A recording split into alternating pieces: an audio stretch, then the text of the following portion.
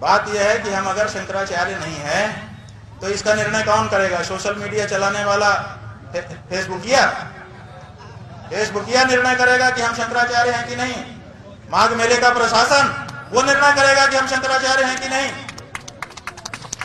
फकत मुरली बजाने से कन्हैया हो नहीं सकते, जिसे राधा कहे मोहन वही घनश्याम होता है। सुनो, शंकराचार्य वो है जिसको बाकी 3 पीठ के शंकराचार्य कहें कि शंकराचार्य है। तो बाकी 3 पीठ में से 2 पीठ के शंकराचार्य हमको शंकराचार्य कहते हैं। पिछले माघ मेले में हमको साथ लेकर के स्नान कर चुके हैं। जब स्वयं श्रृंगेरी के शंकराचार्य, द्वारका के शंकराचार्य जी हमको कह रहे हैं कि हम शंकराचार्य हैं, हमको साथ में लेकर स्नान कर रहे हैं, तो अब किस प्रमाण की आपको जरूरत है?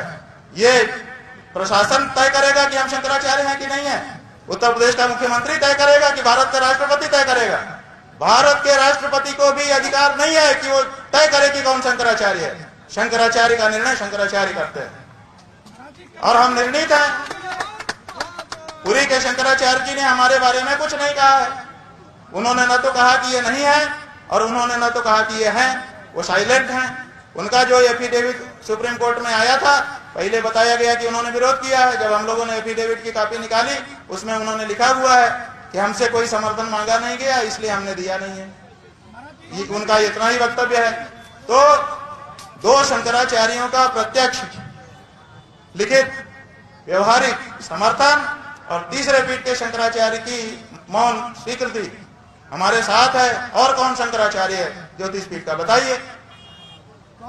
हम हैं ज्योतिष पीठ के शंकराचार्य, निर्विवाद रूप से हैं। और अगर कोई विवाद उठाता है, इसका मतलब कि वो दूषित भावना वाला है। और अगर जो अपने आप को कहता है कि मैं ज्योतिष पीठ का शंकराचार्य हूँ, वो आकर के बात करे।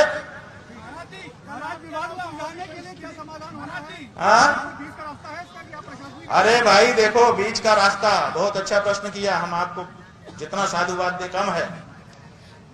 ज्योतिष पीठ के शंकराचार्य ने, अभी मुक्तेश्वरानंद धाम के सन्यासी ने 12 बजे 9:47 से जो घटना शुरू होती है, लगभग 11:30-12 बजे तक, जिसके बारे में वहां से हटा करके उन लोगों ने समझा कि खत्म हो गया।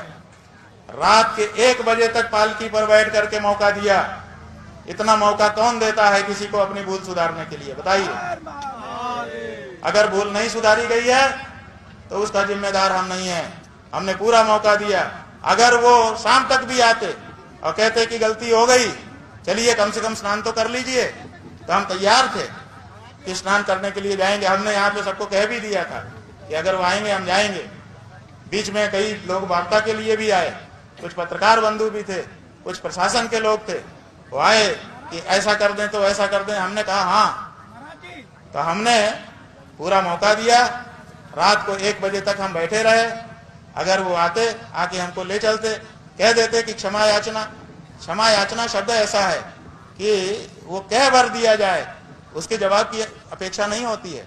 वो कहते और लेके जाते, स्नान करा लाते, हम क्या करते?